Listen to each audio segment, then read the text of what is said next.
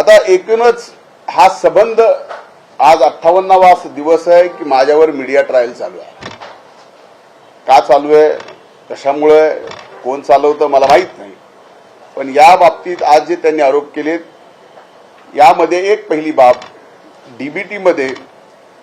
डीबीटीत काय असावं आणि काय नसावं, कोणतीही बाब डीबीटी मधून वगळण्याचे अथवा समाविष्ट करण्याचे संपूर्ण अधिकार हे नियमातील तरतुदीनुसार माननीय मंत्री म्हणजे कृषी त्यावेळेस मी असताना माननीय मुख्यमंत्री यांचे आहेत.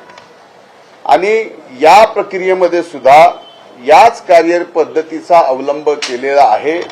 आणि माननीय उपमुख्यमंत्री वित्त व माननीय मुख्यमंत्र्यांच्या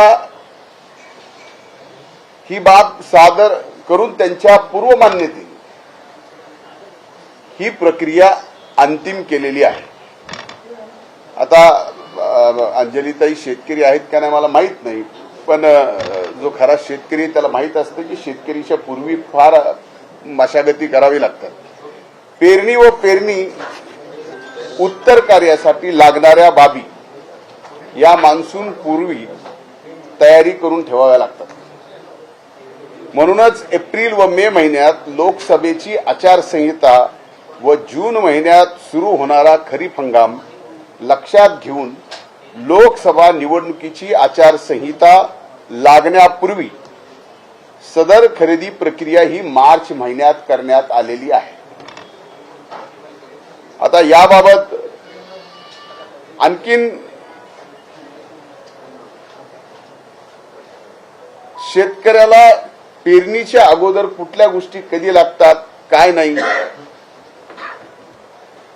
पेरणीनंतर फवारणी कधी करावी लागते काही नाही, तण कधी काढावं लागतं हे अंजलीताईंना बहुतेक माहीत नसावं. आता यामध्ये त्यांनी एक आरोप केला की नॅनो खताचा.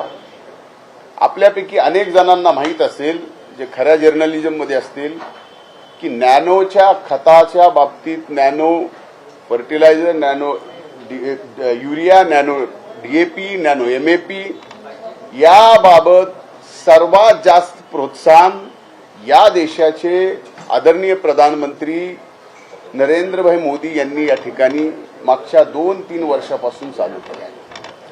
आपल्याला सुद्धा सांगतो की या देशात